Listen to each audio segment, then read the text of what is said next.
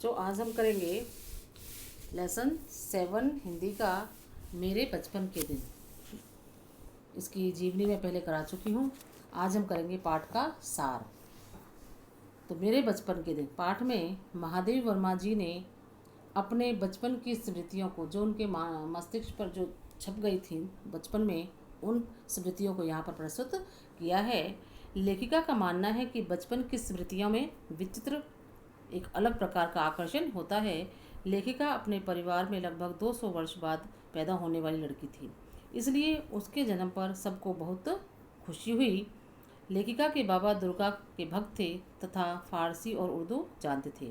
इनकी माता कहाँ की थी? जबलपुर की थी तथा हिंदी पढ़ी लिखी थी। वे पूजा पाठ बहुत करती थी। माता जी ने मतलब महादेव वर्मा जी को उनकी माता जी ने पंचतंत्र पढ़ना सिखाया था। इनके बाबा इन्हें फारसी की विदुषी बनाना चाहते थे। बाबा चाहते थे कि ये उर्दू फारसी पढ़ें, परंतु इन्हें संस्कृत पढ़ने में रुचि थी।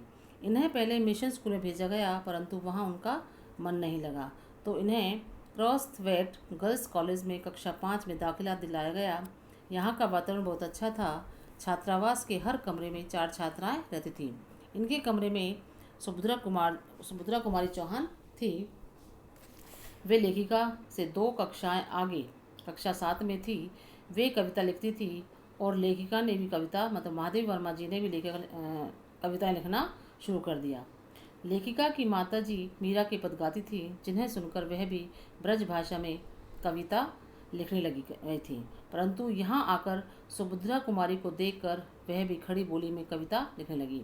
जब पहली बार सुभद्रा कुमारी चौहान ने लेखिका से पूछा कि क्या वह कविता लिखती है, लेखिका ने डर कर नहीं में उत्तर दे दिया। जब सुभद्रा कुमारी ने उनकी डेस्क की तलाशी ली तो उसमें उन्हें कविताएं लिखा हुआ कागज़ निकला, जिसे वे सारे छात्रावास में दिखा आई कि महादेव कविता लिखती हैं। इसके बाद दोनों में मित्रता हो गई। क्रॉसफैक्ट कॉलेज में एक पेड़ की डाल बहुत ऊंची थी। जब अन्य लड़कियां खेलती थी तब ये दोनों पेड़ की डाल पर बैठकर तुकबंदी करती कविताएं लिखती थी। इनकी कविताएं स्त्री दर्पण नामक पत्रिका में छप जाती थी। वे कवि सम्मेलनों में जाने लगी। लेखिका सन 1917 ईस्वी में यहाँ आई थी। इन दिनों गांधी जी का सत्याग्रह आरंभ हो गया था तथा आनंद भवन स्वतंत्रता के संघर्ष का केंद्र बन गया। लेखिका को प्राय प्रथम पुरस्कार मिलता था। इन्हें 100 के लगभग पदक मिले थे। एक बार इन्हें पुरस्कार में चांदी का कटोरा मिला, जिसे इन्होंने सुभद्रा को दिखाया तो उसने कहा कि एक दिन खीर बनाकर इस कटोरे में मुझे खिलाना। जब आनंद भवन में बापू आए तो अपने जेब खर्च में से बचाई राशि उन्हें देने के लिए लेखिका वहाँ गई और उन्हें पुरस्कार में मिला चांदी का कटोरा भी दिखाया। गांधी जी ने उसे कहा कि यह कटोरा मुझे दे दो। लेखिका ने वह उन्हें दे दिया और लौट कर सुभद्रा से कहा कि चांदी का कटोरा तो गांधी जी ने ले लिया। सुभद्रा ने कहा कि और जाओ दिखाने, पर खीर तो तुम्हें बनानी ही होगी, चाहे पीतल की कटोरी में ही खिलाओ। सुभद्रा जी के जाने के बाद लेखिका के साथ एक मराठी लड़की जेबुन्निसा रहने लगी। वह कोल्हापुर की रहने वाली थी। वह लेखिका से के बहुत से काम भी कर देती थी। जेबुन मराठी शब्दों में मिलीजुली हिंदी बोलती थी। लेखिका ने भी उससे कुछ मराठी शब्द सीखे।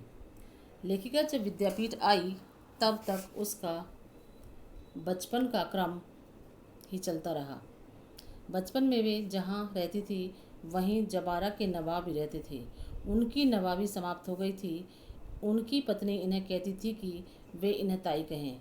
बच्चे उन्हें ताई साहिबा कहते थे। उनके बच्चे इनकी माताजी को चची जान कहते थे। इनके जन्मदिन नवाब साहब के घर और नवाब साहब के बच्चों के जन्मदिन के घर मनाए जाते थे।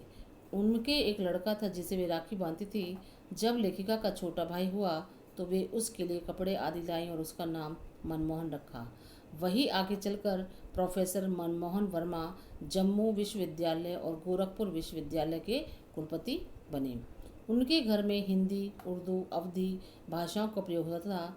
उस वातावरण में दोनों परिवार एक दूसरे के बहुत निकट थे। लेखिका को लगता है कि यदि आज भी ऐसा ही वातावरण बन जाए तो भारत की कथा ही कुछ और होगी। तो ये यहाँ पर जीवनी मैंने आपको करा दी है। इसके अब छोटे क्वेश्चन अपनी बुक पढ़ना और उस बुक में से छोटे क्वेश्चन, छोटे छोटे जो क्वेश्चन होते हैं, जैसे मेरे बचपन के पाठ की लेखिका कौन है, तो क्या आएगा, महादेवी वर्मा। इस तरह से कि लेखिका के परिवार में कितने वर्षों के बाद लड़की का जन्म हुआ था, 200 वर्षों के बाद। ठीक है, तो इस तरह से ये क्वेश्चन आपको लिखने हैं अपनी कॉपी पर।